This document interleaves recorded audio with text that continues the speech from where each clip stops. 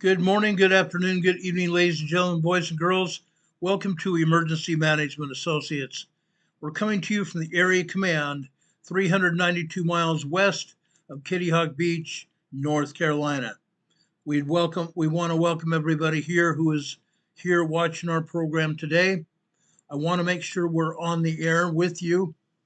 Right now, I can't verify we're on the air.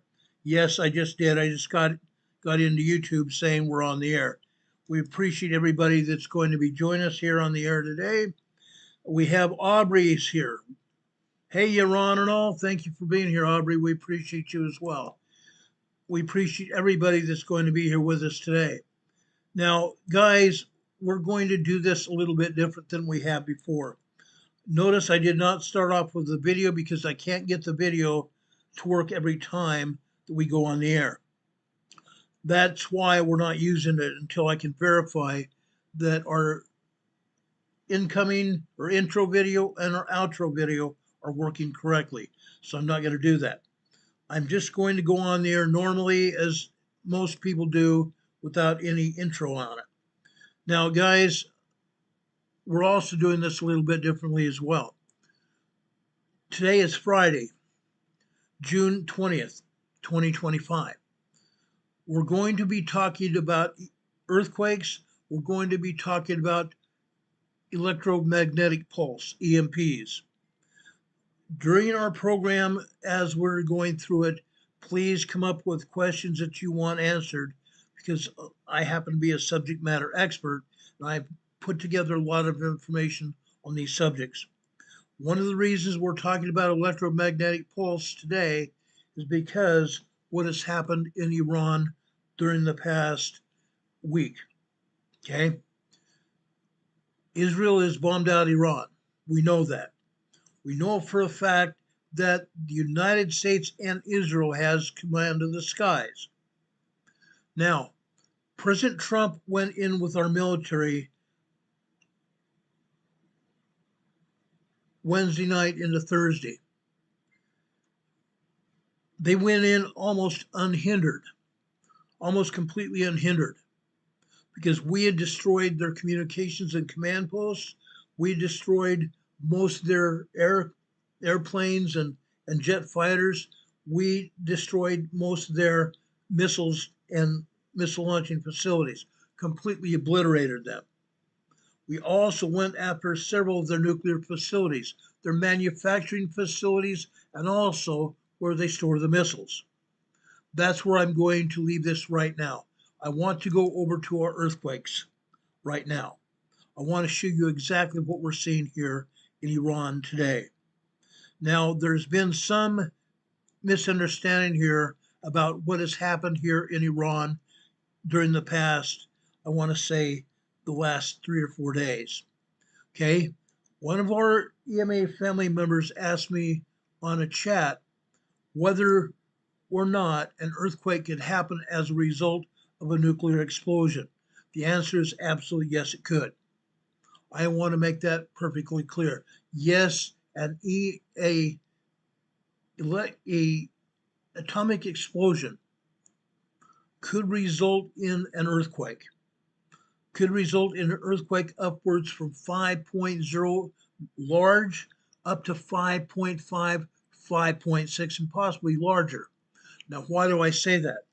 There has been some discussion in recent years that an atomic bomb could only result in possibly a 5.3 to 5.5 maximum. That's unheard of. That is unheard of. Why do I say that? Because we are dealing with a rogue country that has been manufacturing atomic weapons to use as bombs, not for normal civilian use, but for atomic bombs. You heard what happened yesterday when the Ayatollah came to the microphone. He said that it would not, I shouldn't say to the microphone, he sent out a message to President Trump.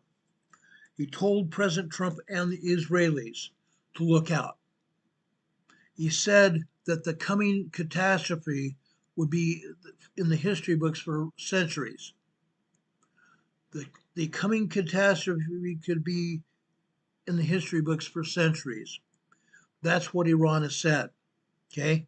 Yes, Israel took out their command and control. Israel took out their scientists.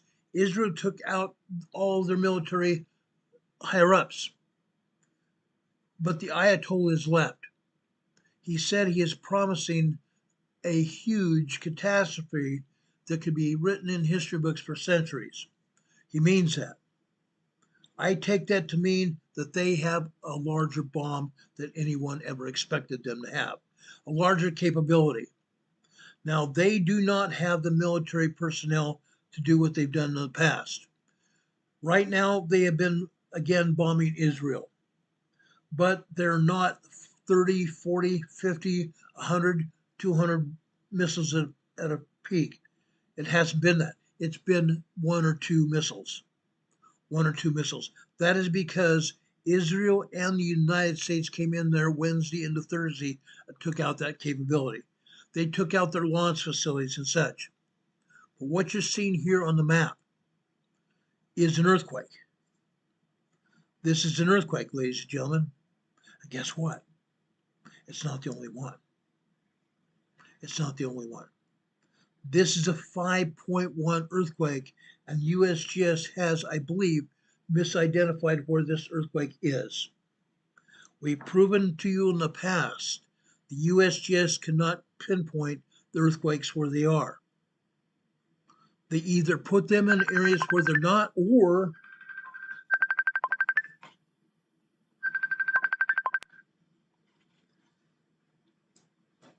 they either put the earthquake is where it's not, or they put it a long way away.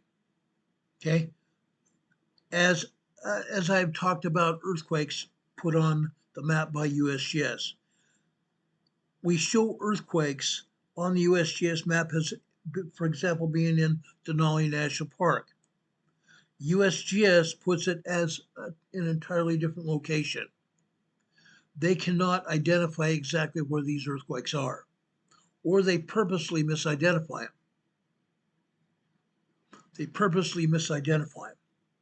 John Francis says he feels bad for the younger generation. I do too. I feel very bad because our own agencies, our own government agencies are lying to us. I'm not saying President Trump is lying to us. I'm saying the agencies have lied to us for years and years. They're going to continue that. You see this earthquake here? Southeast of Tehran. Let me zoom in here. Let me show you where this earthquake is. It shows it on a highway, doesn't it? Shows it directly on a highway there. Well, guess what? What is just northwest of that earthquake? What is just northwest of that earthquake? This is an underground bunker. This is an underground bunker here. But also down to the southeast. Look what this is. Look at this. This is also an underground bunker. Look at the buildings here. Look at the roadway leading to these buildings. These buildings are the entrance to the bunker.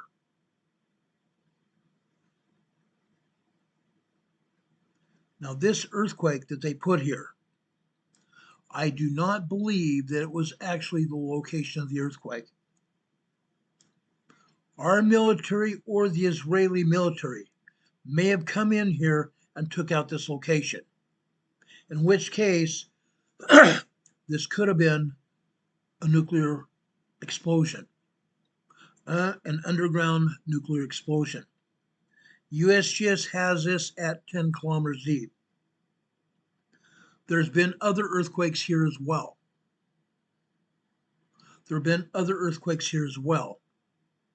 And USGS cannot say whether it's 1 kilometer deep.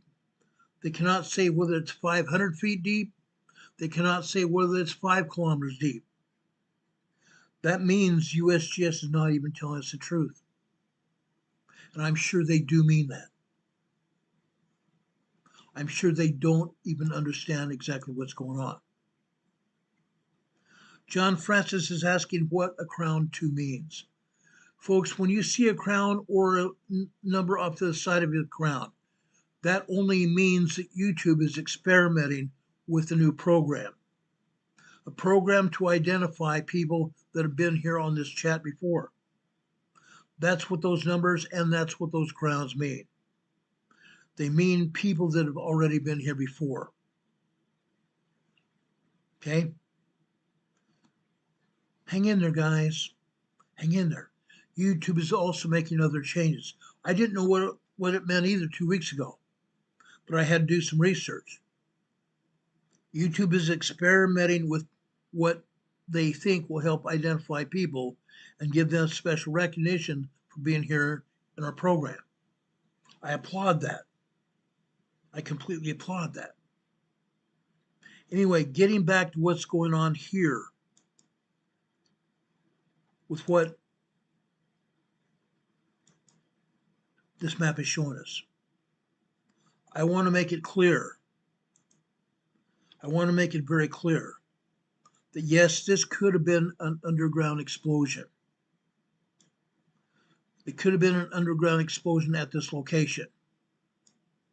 Let me try to zoom. Well, it's not going to let me zoom in any closer. There are roadways leading this facility. There are roadways down here leading this facility, such as this right here.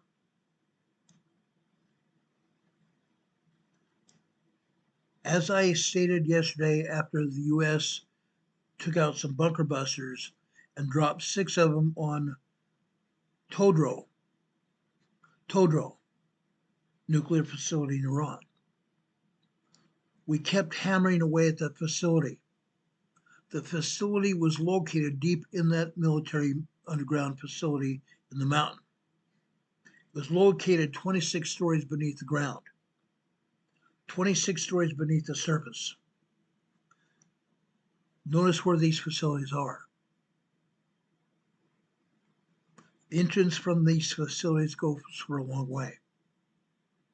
What I'm saying is this. The earthquake that you see here is off the highway here. Off the highway here near this bunker. Now, this may be the location of one of the underground facilities here. I'm just saying that. Okay? Yes, YouTube is stuck in the chat, Sage Club. YouTube has been stuck in the chat for a long, long time. YouTube has also had their moderators. They call them Google moderators. Google moderators could come into the chat and take somebody out of the chat. They can suspend or ban people in the chat. They did it in 2020, 2021, and 2022. I saw them do it. They can do it again. But in this case, they are rewarding people that have been here in the chat before. Okay? I applaud that. I applaud that. Now, is this a nuclear weapons facility where they detonated the bomb underneath the ground? Possibly. The U.S. military bombed Todro. Now, I don't know whether this is Todro or not, but we've had other blasts in this facility as well. Okay? What I'm saying is that, and I told Sharon this, Sleeping Volcano this, earlier today when she asked me if earthquakes could cause, or not earthquake, but if a EMP or a bomb could cause an earthquake. Yes, it can. It can. Now, could have been here? Yes. It could very much be here. Now, what I'm going to tell you is this. Earlier today, President Trump said that the United States will not participate in any more raids on Iran, at least for the next 2 weeks. As I said yesterday, Iran said it wanted to go to the negotiation table over in Switzerland. Iran met with the European negotiators, and guess what? Iran walked away from the negotiation table today with no firm plan in place. I personally do not believe that Iran wants to negotiate anything. They want their way or the highway. They want their way or the highway. They may be playing for some time here. They may have said that they wanted to go to the negotiation table to get ready for their big, beautiful event that they want to happen, as the Ayatollah said yesterday. Is it going to happen? Possibly. It possibly could. But I want everybody to be aware of it. Why do I want everybody to be aware of it, guys? Because what happens could affect each and every one of us. It could happen to each and every one of us, guys. I want to throw that out there. I want everybody to realize what we're saying. I want everybody to think about what we're saying. Do we have true safety where we're at? I don't believe we do. I don't believe we do. SagePub is asking, maybe one of the Iranian scientists accidentally dropped a warhead in the bunker. Yes, that is possible. It is possible. We don't know. We don't know. Could it possibly be a delayed detonation from when we were over there dropping bunker busters yesterday morning? Possibly. Possibly. I just want everybody to think about what's going on. I want to open up the discussion with everyone knowing what's going to happen or what could happen. Okay? I want to make sure everybody realizes what's happening here. Now, over here in Afghanistan, we have a 4.5 moderate earthquake here. 33 kilometers from Orah, O-A-R-A-H, Bog, Afghanistan. Northwestern Afghanistan. Is Iran also playing games here? Possibly. Possibly. We don't know. We don't know. But guys, Iran, Afghanistan, and Tajikistan and Iraq have been playing games for a very long time. This is also in the hilly region of Afghanistan as well. You can see this here on the map. Am I worried? No, I'm not. I just want to make sure that everybody is aware of what is actually happening. I don't want to have any unturned rocks. I do not want to have any unturned rocks wondering if we had seen this, would we have known what's going on? I'm going to continue to pay close attention to what is going on. USGS does not always tell us the truth either. But I want to get nearest the truth as we can possibly be. But like Sleeping Volcano said, or asked me earlier, could one of these explosions, these detonations, be the cause of an earthquake? Absolutely could. And yes, that 5.1 in Iran is right almost at the entrance of the bunker. And on the other side of that main highway is another bunker to the right, out to the southeast. We need to make sure we keep our eye on the ball. We need to make sure we keep our eye on the ball. And I'm sure everybody is trying that. But I wanted to show you what's going on. James is asking what emergency has happened. I just got through explaining a possible detonation at a nuclear facility in Iran. Right there, at the southern side of the Caspian Sea.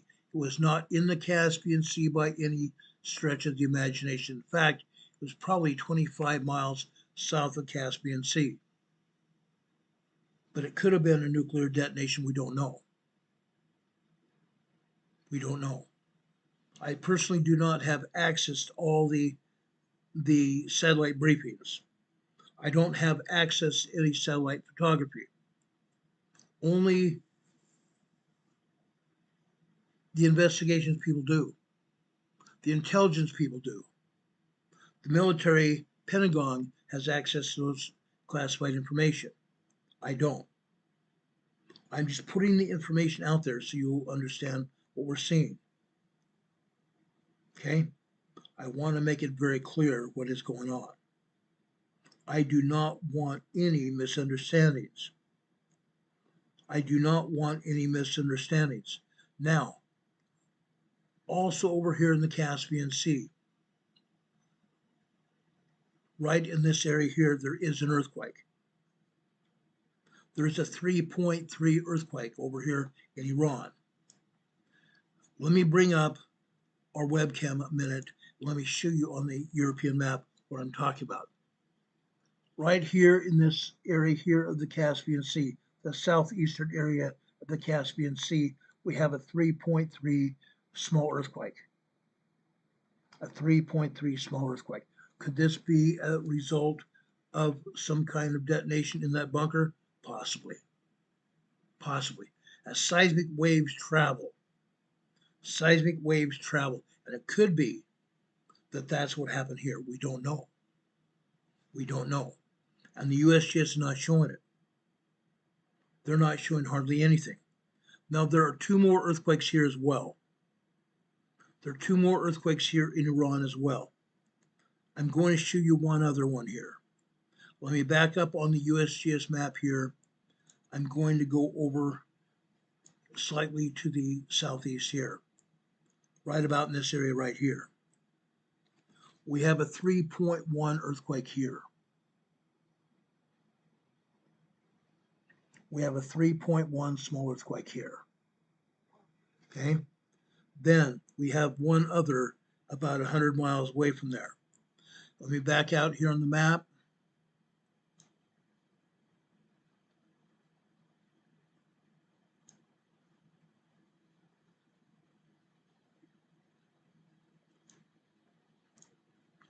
Right about here.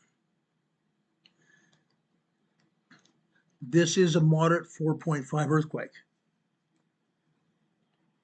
A moderate 4.5 earthquake here. Yes, this could possibly be a result of a detonation. I'm not saying it is, but it could possibly be. Okay. Now, Sleeping Volcano is talking about a doomsday plane that they've now flown into Washington, D.C. Let me bring down the USGS map for just a minute.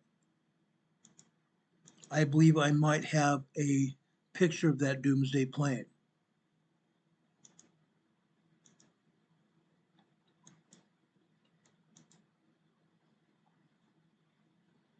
Give me a second here.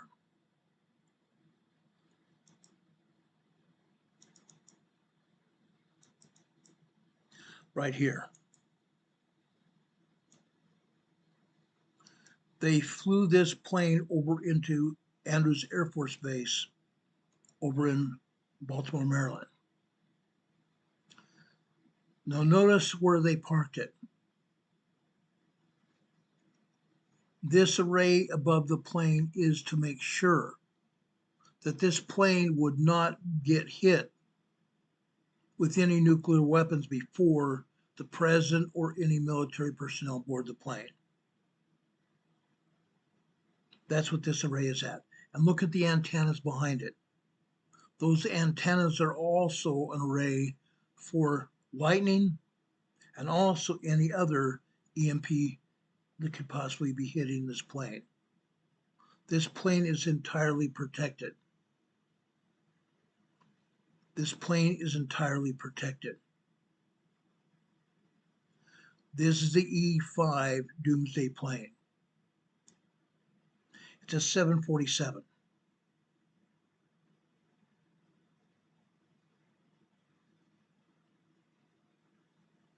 This is a 747. It is a doomsday plane.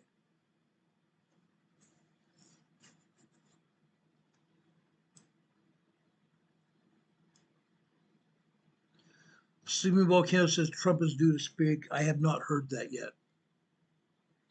Sleeping Volcano is also saying wartime operations. Yes, we are. We are definitely in wartime operations. Is something bad going to happen? We don't know. We don't know.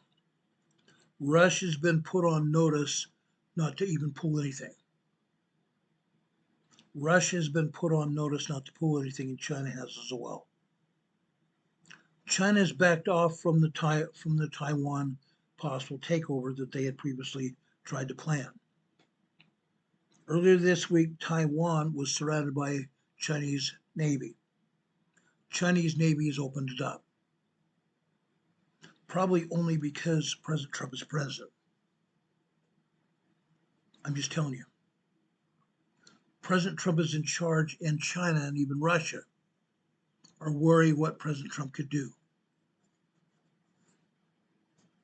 Russia did not even think that the U.S. military would go in with Israel into Iran. And as a result, Russia backed away from Iran. And earlier last year, Russia had signed a pact with Iran to be its ally. Now Russia's backed off.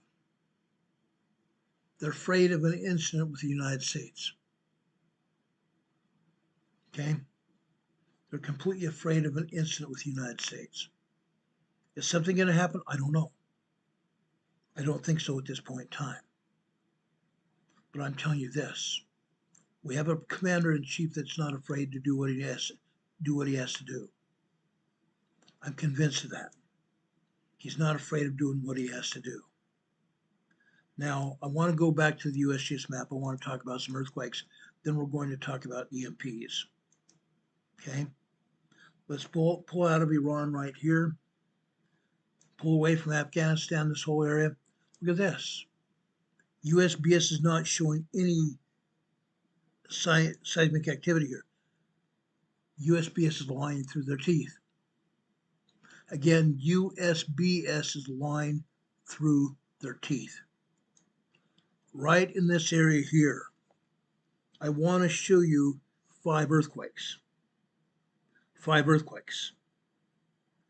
Let me bring up our webcam again. Look at this. This is a 3.8 over here in Afghanistan. 3.8 small earthquake here. North of there, Tajikistan. This is a 3.5 small earthquake there. Not to be outdone, there's 2 others in this area as well.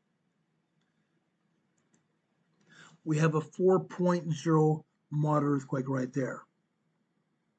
4.0 moderate earthquake right there. And not to be outdone, there's 2 others.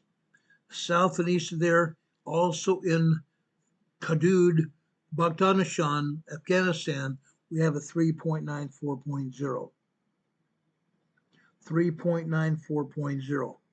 And that one off to the right of there, in Pakistan this time. This time in Pakistan. This is the 3.9 4.0 earthquake here. Guys, again, USGS will never be our go-to seismic agency.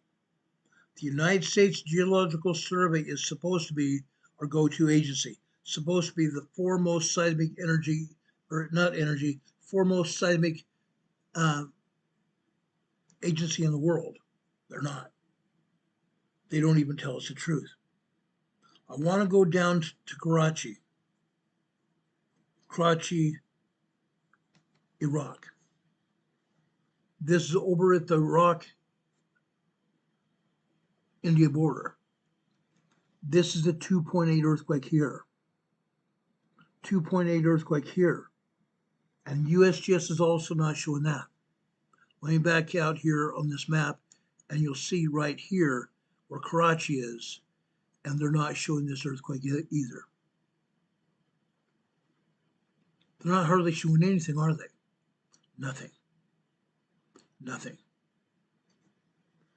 Now, over in, and I'm just going to show you this for kicks and giggles, since I'm also showing you Myanmar, I'm showing you Thailand, I'm showing you Cambodia, and I'm also here on this map showing you Vietnam.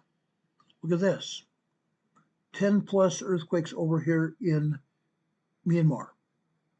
10 plus earthquakes over here in Myanmar.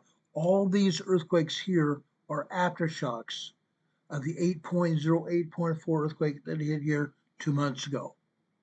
Aftershocks. Because of the size of that main earthquake, we're going to see aftershocks for years and years to come. Okay, 10 plus earthquakes there. Now I want to go over here to northern Sumatra. We have 4 earthquakes here in northern Sumatra. USGS is not showing one of them. Not even one of them. Heck, USGS is only showing 1 earthquake in Indonesia at all. Papua, Indonesia. 4 earthquakes here in northern Sumatra. This is the 3.6 here. Going over to the east here. This is the 2.5. Just south of there is a 3.4. Small 3.4, the 2.5 is a minor earthquake. South and east of there, also in Sumatra, is a 2.8 earthquake. That's a 2.8 earthquake right there. 4 earthquakes there that they haven't shown us. Guess what?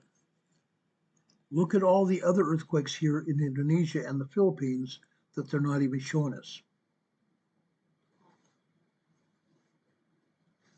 Again, USGS does not know what they're doing. They have no clue. Faith and Truth says the United States is planning on using tungsten rods in Iran. Tungsten rods are electrified radioactive rods, okay? That is talked about only. Faith and Truth, that is only being talked about. We don't know that for a fact. That's why I did not mention it. It's being talked about. Those things that here that we're talking about, tungsten rods, could definitely put an end to Iran. It could be being a crowned implosion on Iran. I do not think that President Trump wants to do that. Now, I don't know what President Trump's thinking. I'm not even going to attempt to even come close to what President Trump is thinking. But the tungsten rods was talked about. The tungsten rods is being talked about. Okay? But again, look at all the earthquakes over here in eastern Indonesia and even over into the Philippines here. USGS is completely ignoring it as if it doesn't exist. Every one of these earthquakes could be a forebearer of a much larger, more dangerous earthquake. It's happened here before. Several years ago, we had a 7.4 earthquake over here in Davao, Philippines, right there. A 7.4 earthquake hit here, and it wasn't just one, it was several 7.4 earthquakes. So for USGS to not even show information, that is a fallacy. That's a lie.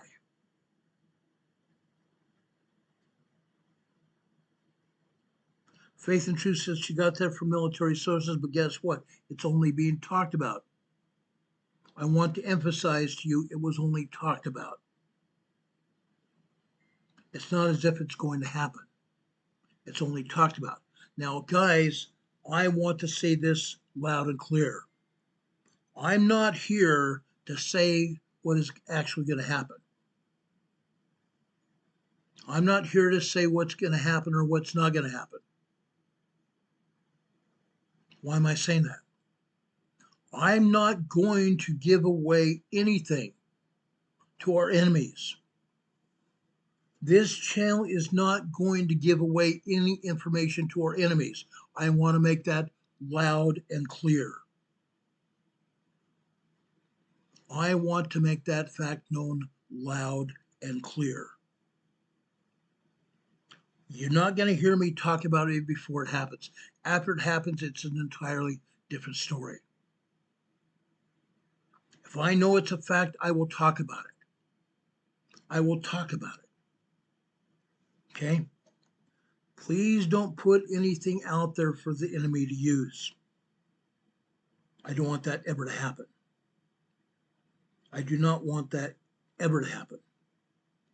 Now again, around the south portion of Mindanao, Philippines. See where Davao City we talked about there? That's where that multiple 7.4 earthquakes hit. Over here, on the southern portion of Mindanao, Philippines, we have 6 earthquakes. 6 earthquakes. Now, some of these earthquakes are as little as a 3.1 earthquake. Some of them are 3.1, 3.4, 3.6, 4.3. Moderate 4.3 right there. To the north up here, we have another 4.0. 4.0. What are these earthquakes and where are they at? Where are they at? They're on the edge of the plate here. This is the edge of the plate. The Philippine earthquake zone. Okay? That's why they happen here. Now I want to go south of Japan here. There's several earthquakes over here in Japan we need to take a look at. One of the reasons is USGS is only showing 1. They're only showing 1. But there happens to be 6 earthquakes around Japan. South of Japan, we have a 2.6. 2.6.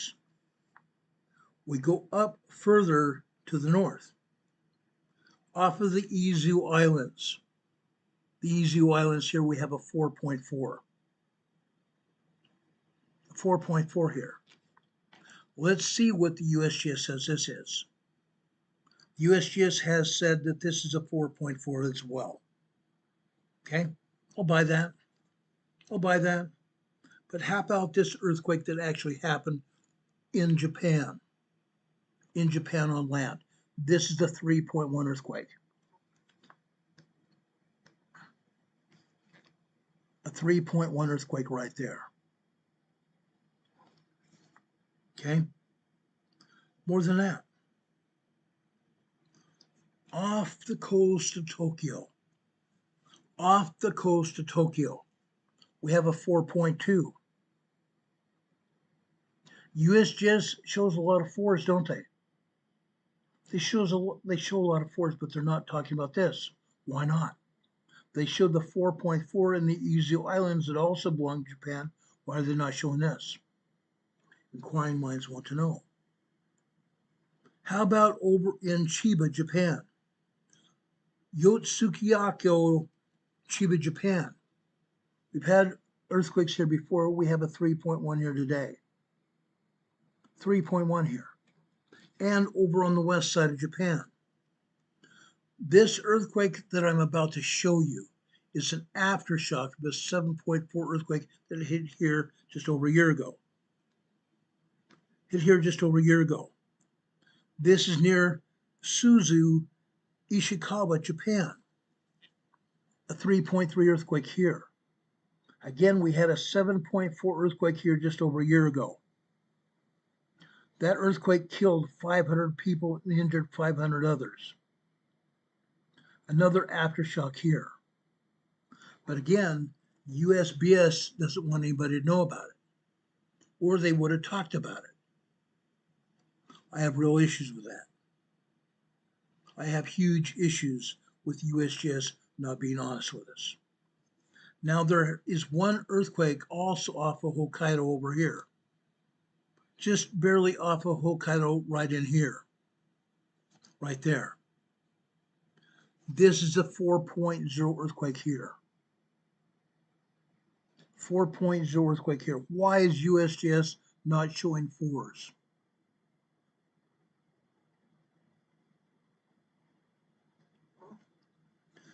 Faith and Truth, send me that information to my email. Then you and I can talk about it. But again, this is talk. Faith and Truth, this is talk. We cannot put that information out unless we know for a fact it's going to happen. We don't. Again, I'm not going to put out any information we cannot prove beyond a shadow of a doubt. I'm not going to do it.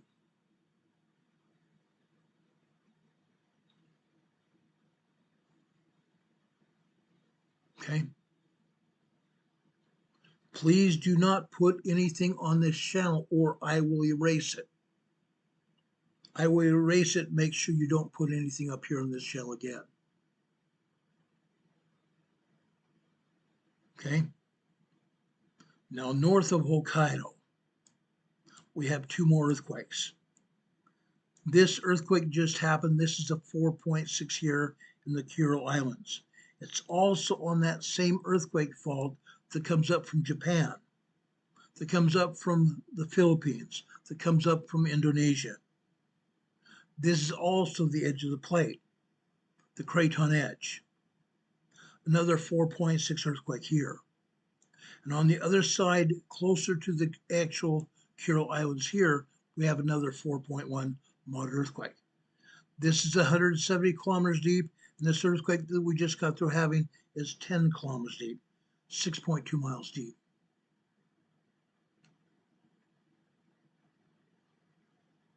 Okay?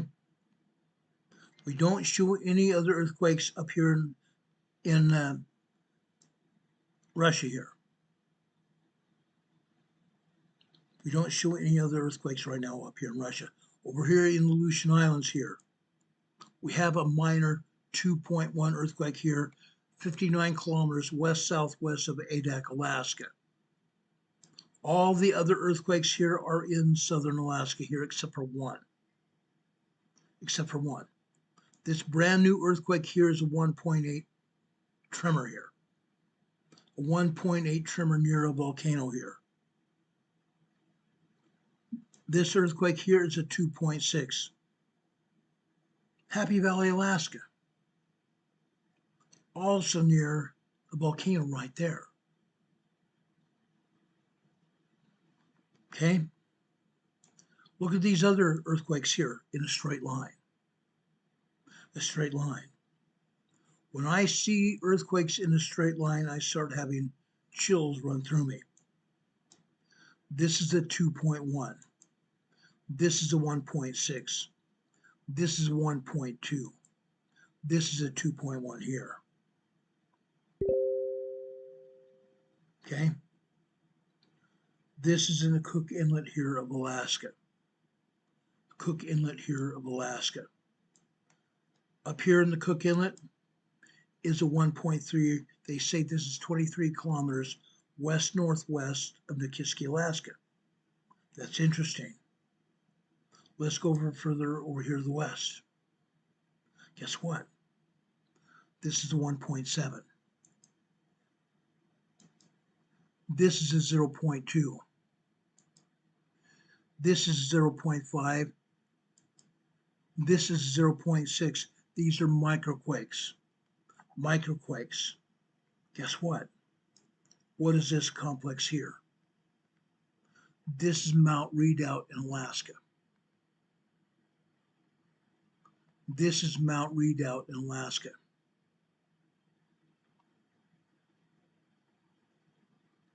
So these earthquakes are north of Mount Redoubt here. Okay? As I said, look at all these earthquakes up here. South Alaska, southern Alaska here. Anchorage, Alaska is right here. Anchorage, Alaska is right here. The closest earthquake here is up near Houston, Alaska. 2 miles south of Houston, Alaska. Okay? Over here we have a volcano, Mount Spur. Mount Spur is approximately 75 miles west of Anchorage. Mount Spur presently has a molten lava dome, meaning there is there is magma at the top of the summit of the volcano. Magma at the top of the summit of the volcano. It's not erupting. The magma is at the top of the volcano here. That's what's happening. Okay? There's not a lot else going on except over here near Mount McKinley.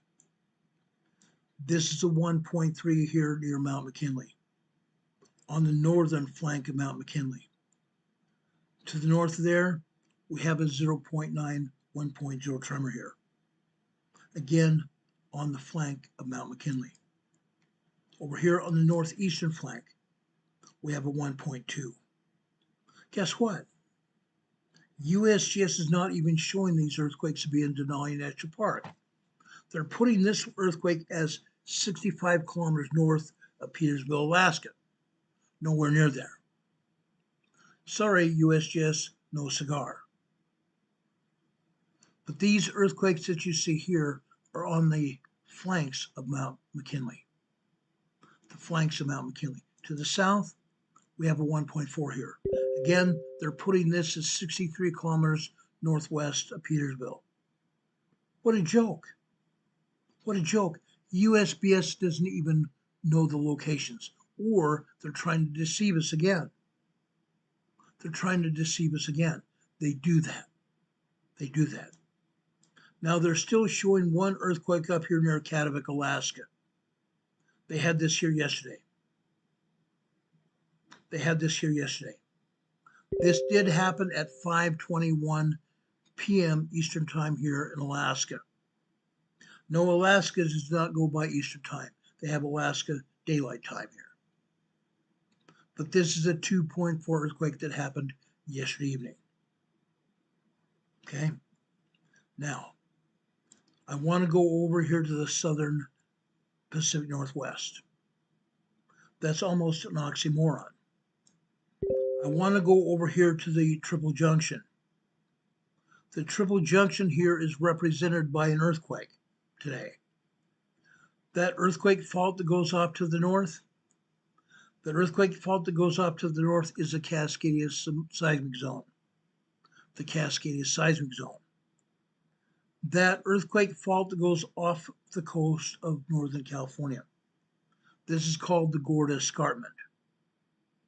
The earthquake fault that goes off to the southeast, that is the northern end of the San Andreas Fault. The northern end of the San Andreas Fault. This earthquake hit at the Triple Junction where all three faults meet. This earthquake here is a 3.4 small earthquake. 3.4 small earthquake.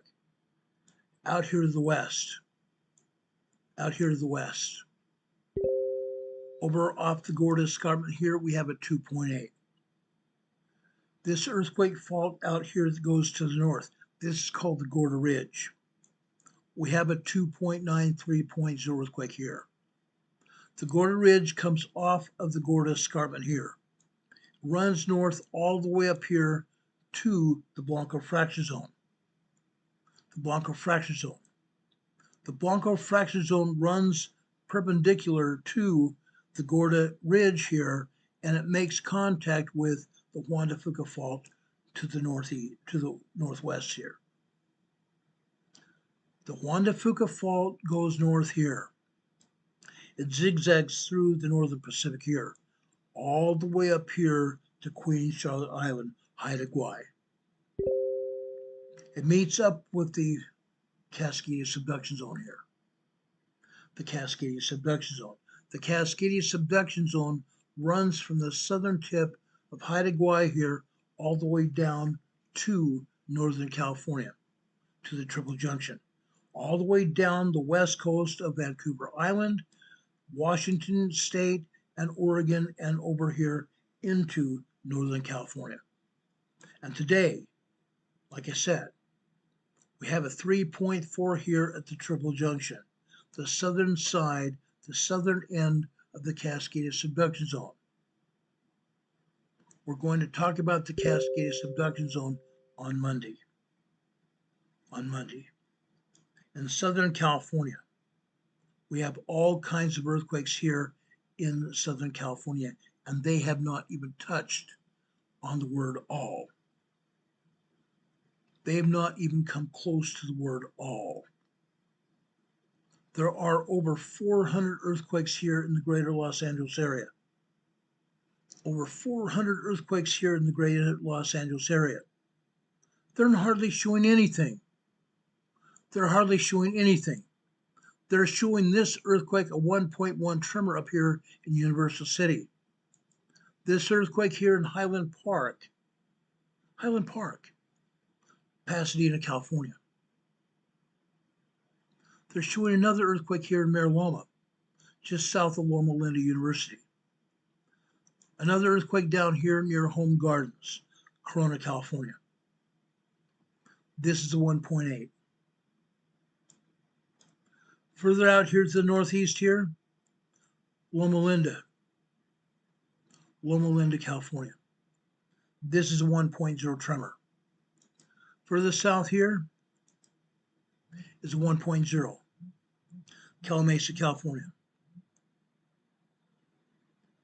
Earthquake right next to it, Beaumont, California. Let's go to the north.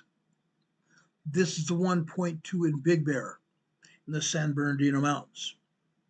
1.2 tremor here. Right next to it is another 1.1. South of here is Banning, California. 0.8 microquake. Then we jump down here to the Anza-Braga Desert State Park. This is a 1.0 tremor. This is a 0.8. This is 0.1. This is a 1.2. Again, Anza-Braga Desert State Park, northeast San Diego County. This is a 0.5. This is a 0.8. This is a 0.8. This is a 0.7. This is a 0.5 in Borrego Springs, also part of the Anza-Borrego Desert State Park, northeast San Diego County, as well as this right here. This is a 1.0 tremor. Let's go south here. Julian, California. This is 0.9, and this is a 1.3. Just over a month ago, we had a 5.0 earthquake here, actually a 5.1. These are aftershocks of that earthquake. Julian is in northeast San Diego, actually not even northeast. This is eastern San Diego County. Let's go over into the Imperial County. Ocotillo Wells. This is southwest of the Salton Sea, 1.7 tremor. This is also 12 kilometers east of Ocotillo Wells, 1.2 tremor here. Notice they're not showing any earthquakes here around the Salton Sea to the north shore of Salton Sea up here. Yes, there's a community called North Shore Salton Sea. Yes, they do have tremors here. But again, they're not showing it. Let's go further south over here into Bombay Beach. Bombay Beach every day has at least 10 to 12 3.5 to 4.0 earthquakes, and sometimes larger here at Bombay Beach. At least 10 to 12 of them, as well as microquakes and tremors. Are they showing them here? No, they're not. This is again where Caltech and USGS dropped the ball. Completely dropped the ball. Over here, Nyland and Calipatria, California, Imperial Valley. We have anywhere from 75 to 100 earthquakes here a day.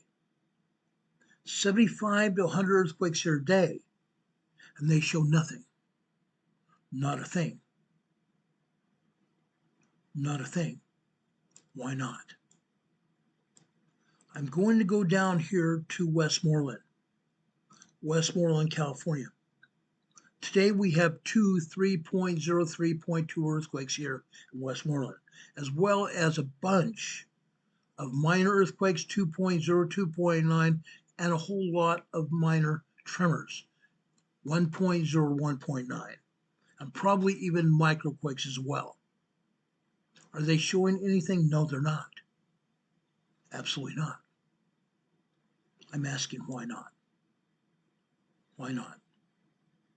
They have Westmoreland misidentified here. Brawley, California is always having earthquakes here. Always. Always having earthquakes there. They're not showing any, are they? Not at all. How about this town of Imperial? Imperial usually has 2 to 3, 3.0 large earthquakes here, and a bunch of tremors and a bunch of microquakes. Are they showing anything? Absolutely not. Absolutely not. Down here in El Centro, for over a year and a half, we've seen 3.0, 3.5 earthquakes every day. 10 to 20, 3.0, 3.5 earthquakes every day. They're not showing a single one. They're also not showing all the microquakes. They're not showing the tremors, and they're not showing minor earthquakes as well. This is the location of a lot of earthquakes. Probably 100 or better earthquakes here in El Centro every day. Every day. Why are they not showing them? Why are they not showing them? They should be. They should be. Down here north of Mexicali. Mexicali is on the southern side of the border. On the northern side of the border right here, we have earthquakes. Earthquakes. Why are they not showing them here? Why? We want answers. We want answers. I'm going to show you one other place called Holtville. Holtville here is the location for the Salton Sea Desert Research Station. A seismograph sitting here. The seismograph sitting here records small earthquakes, which there are. It records minor earthquakes, which there are. It records tremors and microquakes here as well.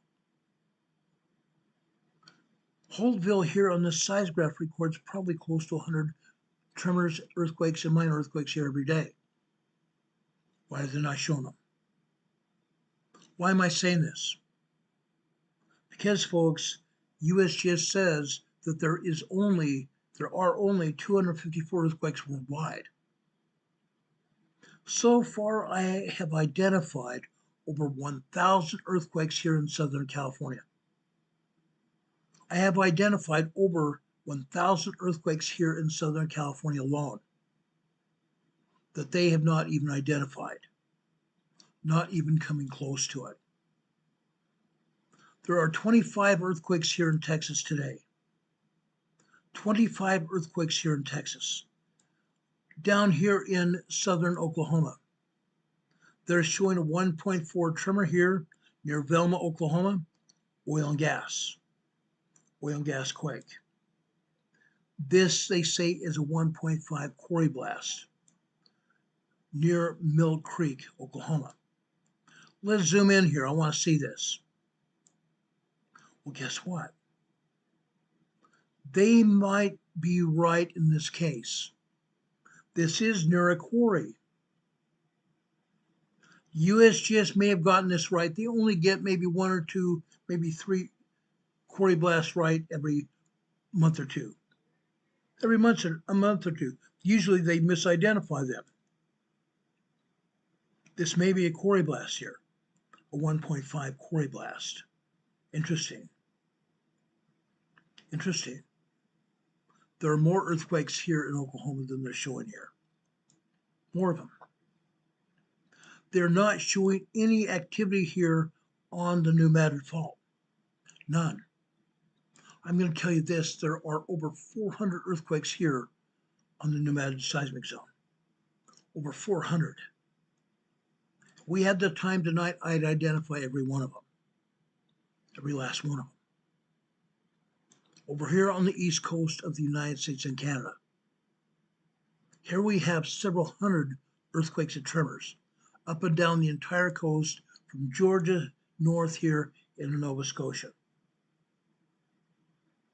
From Georgia into Nova Scotia, several hundred earthquakes. Why are they not talking about it? Because they're too damn lazy. They're too darn lazy. Too darn lazy. They're only showing a couple, 3 earthquakes here in Puerto Rico. Why? All of these earthquakes in Puerto Rico are aftershocks of 2 major earthquakes that happened in 2019. 2 major earthquakes that happened here in 2019. This is a 2.1 earthquake. This is a 2.2. And this is a 2.2 as well. On December 26, 2019, an 8.0 earthquake hit in this area. 2 days later, an 8.4 earthquake also hit here, causing major damage. A power outage to all of Puerto Rico. The 8.4 earthquake hit, and there was a national landmark here. A national landmark right down here at the beach area. There's a great big sandstone arch here. A great big huge sandstone arch here, similar to the arches that you see in Arches National Park in Utah. That 8.4 earthquake crumbled that sandstone arch. Crumbled it. It's no longer a national landmark. A national landmark of destruction. Why? Why do you think it happened? Why do you think there's 4 earthquakes here, not just 3? There's more than that. There's actually a swarm of earthquakes offshore as well. A swarm of earthquakes offshore. A 2.2, a 2.1. This is a 2.5. This is a 2.5. This is a 2.5. This is a 2.3. This earthquake down here to the south of 2.1, and this earthquake up here to the north is a 2.4. Aftershocks, guys. Aftershocks of an 8.0 and an 8.4 earthquake that hit here nearly 6 years ago. What happened? What happened? 3 locations, guys. Count them. 3 locations as I speak. I'm going to show you where they are. Let me show you where they were. Up here in Norway. Up here in northern Norway. There was a facility that was manned by this organization right here. Please do not put this in the chat. Please do not put this in the chat. Moderators, if you see this, take it down immediately. I don't want YouTube to take us down. This location here was a location where one of the facilities opened up. Another one is over here in Russia. Over here in Russia. Over here in Russia. Another location was in northwestern Australia, over here. Right here. Those 3 locations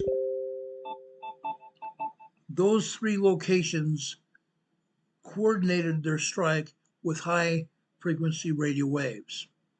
High frequency radio waves. They triangulated southwestern Puerto Rico, causing those earthquakes on both those days. They did it. They did it. Now, they should not have been allowed to do it, but they did it, causing 2 major earthquakes, causing major damage, and we're still having aftershocks today. We are still having aftershocks today. There are all kinds of earthquakes all over Europe, literally all over Europe, and USGS is not showing any of them, not showing one of them. What a joke that is. What a joke that is. The United States Geological Survey is a joke. It's a literal joke. Okay? Now, I want to talk about EMPs. EMPs are our main program here today, the main focus of what we want to talk about. Most of the questions that I've received at our website, and most of the questions I've received on our Facebook page and other places are about EMPs and Faraday cages. A while back, we talked about Faraday cages on one of our Friday programs. In the title of that program, we showed Faraday cages in the title of the program. You can go back through our programs anytime you see emergency preparedness or preparedness listed in the topic. You need to watch that program. Today's program is specifically about EMPs. What we have realized is that there is a lot of EMP myths generated by movies and even some internet sources. The situation is so bad that the United States Airspace Command commissioned a guy named Bill Nye the Science Guy. Bill Nye the Science Guy to make a video for the Air Force called Hollywood versus EMP, which is not available to the public. It seems that the Air Force wanted to make sure that Hollywood fiction would not confuse those who must deal with real EMP events. Now, this is exactly the purpose of what I'm talking about tonight. No BS, no exaggerations, and just the facts. Only the facts. I want to make it very clear of exactly what's going on. I want to make it very clear of exactly what is going on and why it happens. What we've seen as of late in Iran could happen and cause an EMP. It could cause an EMP. There is a question that has been asked. Will an EMP destroy batteries? It's not likely. Batteries are made of relatively thick plates of metal that are unaffected by EMPs. Some experts claim that they have even an extra charge a little bit, but if the batteries are connected to the power grid, the batteries could take some damage. But if the batteries are in a car, it's unlikely that the batteries would be damaged. But it doesn't matter that much since all of the electronics you run off batteries. And those electronics of the cars would be fried. Now, I was thinking that if a car dies, why not use a battery? What are you going to do with it? Myth or fact? Well, cars really come to a halt. There are a lot of people saying that cars work just fine. Some say they'll stop, and all you need to do is restart them. Some say that all cars made after 1990 will come to a halt because they are totally dependent on the electrical parts. All this talk is based on a report made public by the EMP Commission. The EMP Commission tested 37 vehicles in an EMP simulation lab, up to 50 kilovolts per meter. 50 kilovolts per meter. All cars stopped at approximately 30 kilovolts. All cars stopped at approximately 30 kilovolts. Meaning what they were doing was stepping up the electricity voltage to 50. But only one car was damaged seriously. The other cars just needed to be restarted. What people do not know is that if this test was made long ago, and the 37 cars were tested were vintage models ranging from 1986 through 2002, which means they depended less on electronics. The EMP Commission also states that since 2002, the number of microprocessors in all motor vehicles have greatly increased. In the past, we've talked on this program about microprocessor chips that were made in Taiwan, and now another microprocessing factory in Arizona. Also, the sensitivity of the electronic circuitry to EMP has increased due to the use of smaller microelectronic components designed to operate on lower voltages. Another thing is this: if an HEMP can produce more than 10 kilovolts, which can have even more damaging effect on cars. An HEMP, a hyper electromagnetic pulse, can produce more than 50 kilovolts, which can have even more damaging effect on cars. The fact is that you don't need to damage all cars that make a traffic stop. You do not need to damage all cars to make traffic stop. Now, I think it's probably enough to permanently damage 40 to 60% of the cars. Some say as little as 15%, to block cities, to block highways and supply lines. What do you need? We need to study this. We need to assess what is going on. What kind of car do we have? Now, there is a company that makes EMP-proof devices to make your cars and your homes EMP-proof.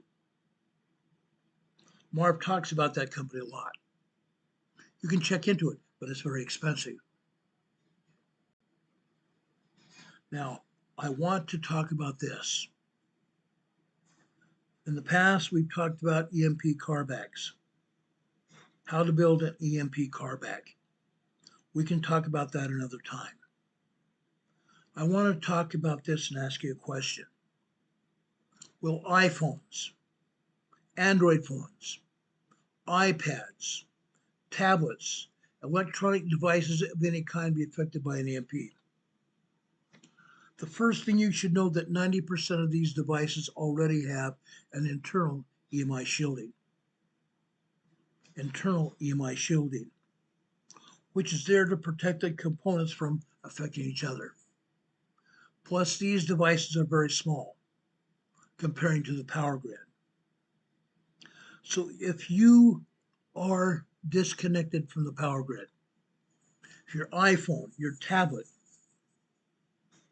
your Android phone, if they're disconnected from the power grid, you have a very good chance of using your iPhone or your Android phone or your tablet or your iPad immediately after an EMP.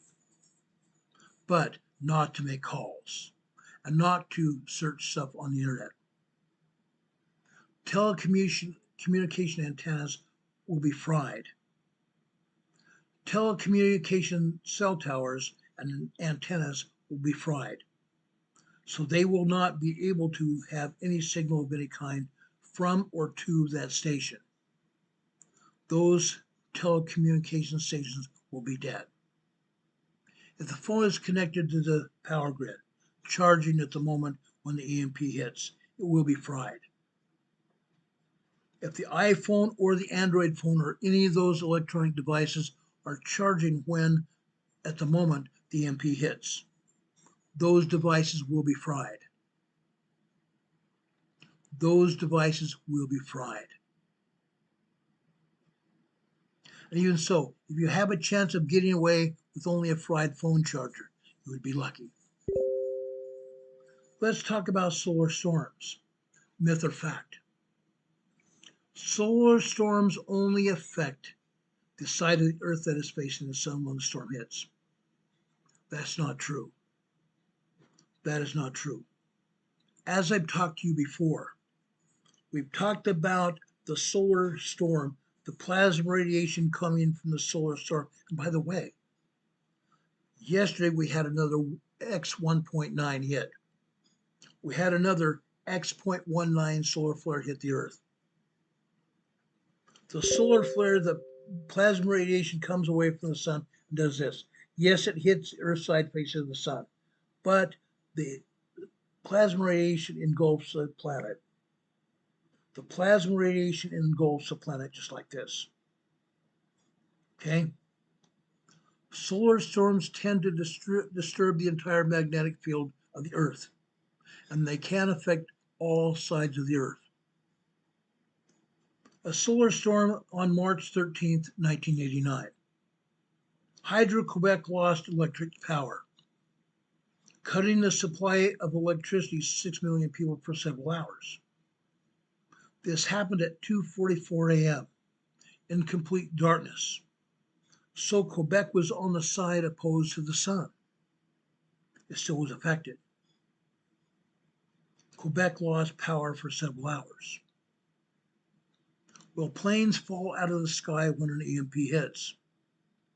Older planes use hydraulics and cables attached to the pilot controls with manual valve actuation and direct preservation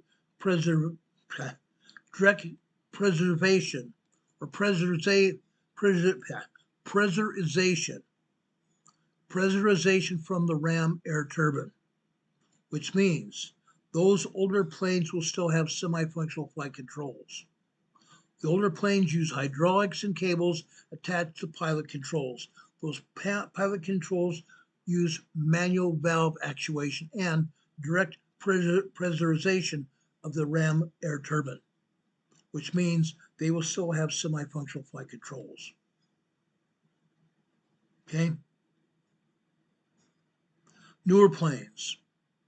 Almost all airlines will be extremely difficult to control. After all, their electronic parts will be fried. But even so, if you are on an Airbus or a Boeing airplane, a Boeing airliner, Airbus and Boeing planes are demonstrated to be controllable with completely electronic failure. They would be extremely difficult to land, but it will still be possible. All planes will be turned into semi-controllable gliders, with newer planes having almost no control, and older planes having almost full control over the plane. Pilots will be facing a very hard task to try to land the plane, and with highways being full of broken cars and no emergency services. And if it's at night, then add no ground lights to that scenario. That would make it very hard to a plane to land on a highway. We've seen this happen. And in fact, this last year, the Air Force instituted a drill where they landed fighter jets on highways. Yes, emergency services on the ground blocked the highways so the air fighters could fly and land on the highways. But again, I'm not an expert. I'm a subject matter expert, but I'm not an aircraft expert. But I guess if you're on a plane when an EMP strikes, you're pretty much dead or lucky to be alive. Incredibly lucky to be alive. But don't think that an EMP will cause planes to interspin or even pancake into the ground. You've seen that in movies, but that's exactly where it is. It's Hollywood. It's Hollywood. Will the world as we know it come to an end? I highly doubt it. A world without electricity is not the world as most of us know it. But if the blackout lasts for 1 to 3 days, then it probably won't be a huge problem. It all depends on the time required to replace the broken pieces. The time required to replace the broken pieces. Guess what? And someday, some situations, that will be a very long time. The present generators or the power plants that are around our country have been around the country for a very long time. They will be almost impossible to replace within a short time period. The equipment used in the transmission grid is especially costly, specially produced, and has been ordered from overseas before replacement in the United States. Those with the expertise to replace transformers and capacitors are likely to be overwhelmed if much of our infrastructure is damaged, which is only going to delay the replacement of equipment that generally takes 2 years to be manufactured and delivered. 2 years. Nobody knows for sure how much it will take to replace all the transformers and capacitors if other countries help. Again, that's if other countries help. But a time frame of 10 to 20 months is not far-fetched. It's not far-fetched. Do you know that New York City had a blackout in 1977? It lasted only one day. It was called the Night of Terror. The night resulted in widespread looting throughout many New York neighborhoods. Isn't that what these Democrat communists do? These gangs, these terrorists loot through many New York neighborhoods and Los Angeles neighborhoods, as we've seen during the past 3 weeks. In New York, the police were outmatched and had no choice of trying to even stop such massive theft, largely having no choice but to stand by watching the looters from a distance. This will be just the first night after an EMP. In other words, what do you need to do? What are you going to need to do? Protect yourselves. We've talked about this before. Protect yourselves. Protect yourselves. I'm not going to stop talking about it. Protect yourselves. After a few months without electricity, it will be total chaos and widespread starvation, to say the least. Because most people here are not listening to our program. Most people around the world are not even hearing our program because YouTube keeps them from hearing it. That's why I have been saying, please, folks, subscribe to our channel. Subscribe to our channel and hit that little notification bell so that you will be notified when we come on the air. We are going to be talking about emergencies and we're going to be talking about disasters. Fact. Fact. We've been talking about this for a very long time. Okay?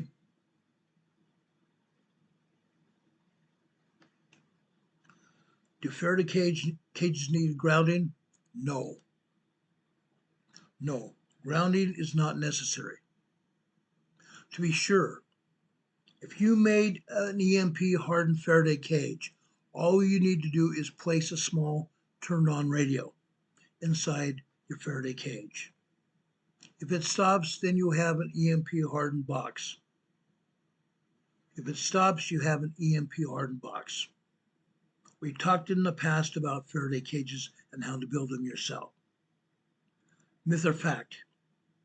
If you test a Faraday cage with a radio, then the electronics inside are okay, protected against EMP. No. No protection is 100% certain. No protection is 100% certain. I want to make that clear. But shielding against 20,000 volts from an EMP will be enough to protect it from known weapons. Shielding your electronics from against 20,000 volts from an EMP will be enough to protect it from known weapons. Jerry Emanuelson from Future Science has a very good explanation for this. He says, quote, a very efficient 80 decibel Faraday cage would reduce an EMP by a factor of 10,000. A very efficient 80 decibel Faraday cage would reduce the EMP by a factor of 10,000. In other words, it would reduce 20,000 volts per meter to be EMP field to 2 volts per meter. That's a huge factor. That's a huge factor. This high level of shielding is necessary for some applications, but not for the average consumer, except for the most critical electronics, such as an emergency radio receiver. An emergency radio receiver. For many applications, an imperfect shield is quite helpful, and it may be all that is necessary. But in some cases, though, such an expensive solar panel system, it makes sense to try to get as close as possible to military-grade protection, since a functioning solar power system may determine whether you have electricity or not. You need to invest in, or at least think about, an expensive military-grade solar panel system, because that is what's going to determine whether you have electricity or not. Now, this is analogous to saying that if a coat doesn't keep you from being cold during a winter blizzard, that you might as well just rip your coat off and go shirtless while out in the snowstorm. Asking how much shielding that you're going to need is like asking how much of a coat you need in the winter. It depends on how cold it is or how cold it's going to get, and upon how sensitive you are to the cold. The same thing applies to your, not just to your coat, but to your EMP, to your Faraday cage. Another question, turning off electronics will better protect them. Absolutely yes. It seems that the equipment is more vulnerable if it is operating. And this also includes cars. Cars that are running when an EMP hits have a higher chance of getting broken. A car that is running when an EMP hits have a higher chance of getting broken. But this, of course, doesn't mean that all systems are turned off will be unaffected. It doesn't mean that when all systems are turned off, it will be unaffected. Will EMP destroy pacemakers? Will an EMP destroy pacemakers? A solar storm won't destroy a pacemaker. But if you are an airplane flying above 30,000 feet, then you might be in trouble. Earth's atmosphere does not provide significant shielding at this altitude. According to NASA, the effects at this altitude are 10 times higher than on the ground. On the other hand, a heavy-duty EMP, a nuclear EMP, generates over 30,000 volts per meter. That could be a problem. Here's a very good answer. There is a medical scientist working with pacemakers for 36 years. I think he can give a definitive answer. The hermetically sealed can that a pacemaker sits in will indeed be a pretty good Faraday cage, so no direct damage from an EMP. A bipolar system with, say, 5 millimeter electrode separation will, with a high altitude EMP generating 25 kilovolts per meter in the northern US, deliver a voltage pulse to the circuitry of the 900 volt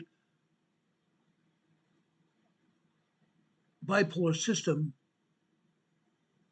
to be worried.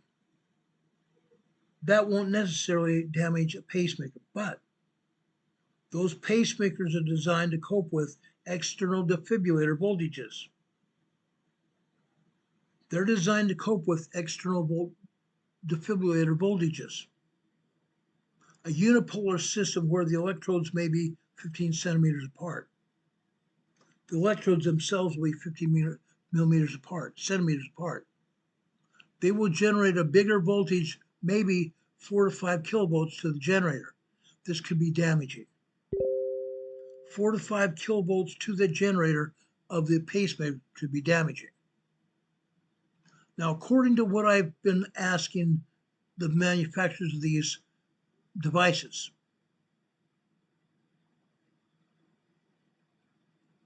those voltages of an EMP may just turn off the device.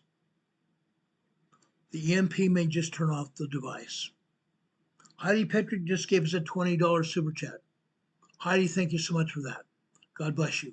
I just gave you a EMA sticker on your super chat. I'm also giving you a thumbs up. Thank you so much for that donation. We appreciate it. Now, myth or fact?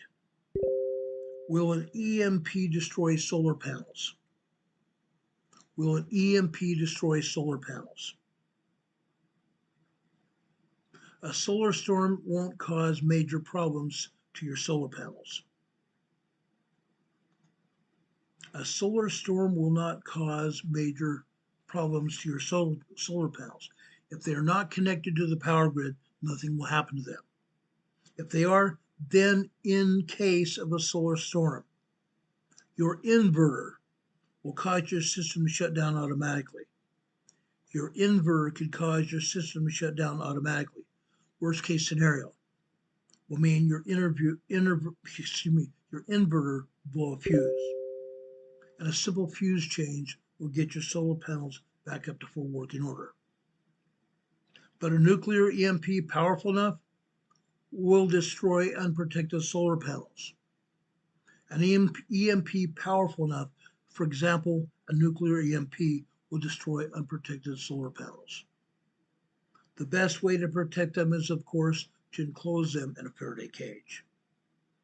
This means you won't be able to use your solar panels. But since solar panels are pretty expensive, I guess that only a few people even buy them. Just put them aside for hard times. So if you want to minimize the potential damage in case of an EMP while you're using your solar panels, there are still some things you can do. 1, cut off cable surplus. Cut off the cable surplus. Your cable acts as an antenna, picking up the EMP signals and intensifying their strength. This leads from the solar panels to your charge controller. Okay? Your cable leads from the solar panels to your charge controller and to the battery backup bank. Okay? Those charge controllers can have the voltage from the EMP picked up from the cables hitting the charge controller and frying it. That might protect your battery bank, but your battery bank can also pick up the pulse and fry the inverter. Your battery bank can pick up the pulse and fry the inverter. In other words, buy an inverter and keep it in your Faraday cage so you can replace the other one if it breaks. This is not the only part that might fry. This is not the only part that might fry.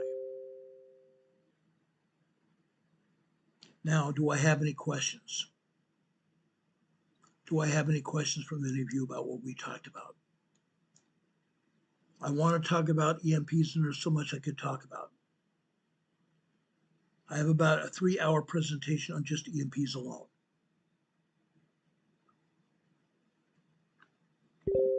My buddy Don Patoka's here in the chat. We appreciate you being here, Don. Thank you. We've had Sleeping Volcano here. We've had Sage Pup here. We've had Marianne Doer-Knotts here. Vigorous Wolf. Surgery's been here. Heidi Petrick's been here. Shirley Mayo's been here. Faith and Truth's been here. Let's see, who else has been here? Richard Smith, my buddy, has been here.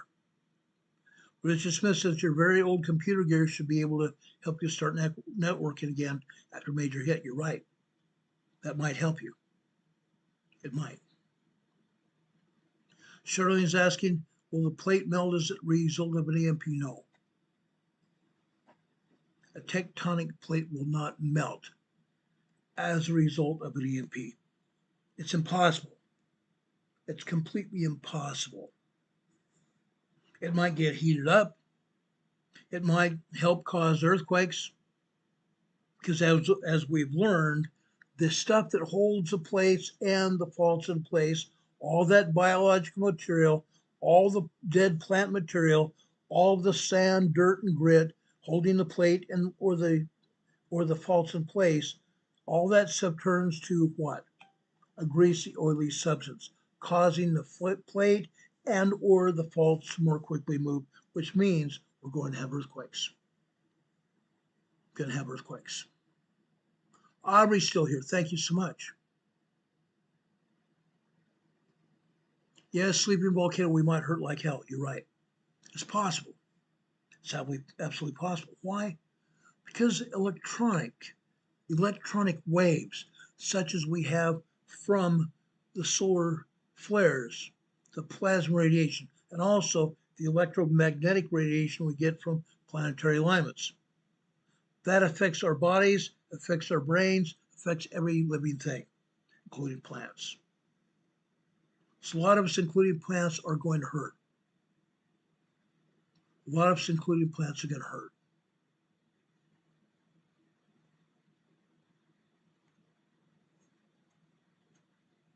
Marianne Doer-Knotts is talking about EMP and Harpo marks at the same time. Might be horrendous. You're right. It could be. It could be. Okay, guys, I've been on the air longer than I wanted to be. We're here almost 2 hours. I wanted this to be an hour, hour and a half, but I want to make sure we got in all the information. Now, folks, we may have another military stomp by Israel and or the United States over in Iran this weekend. As I said before, if anything else happens tonight or tomorrow or on Sunday, we'll be coming back on there to tell you about it as soon as the information becomes available. On Sunday, we come on the air about 12:30. This week, it will probably be closer to 1 o'clock. Come on the air on Sundays with our Sunday school class called Come Follow Me, the Savior Said.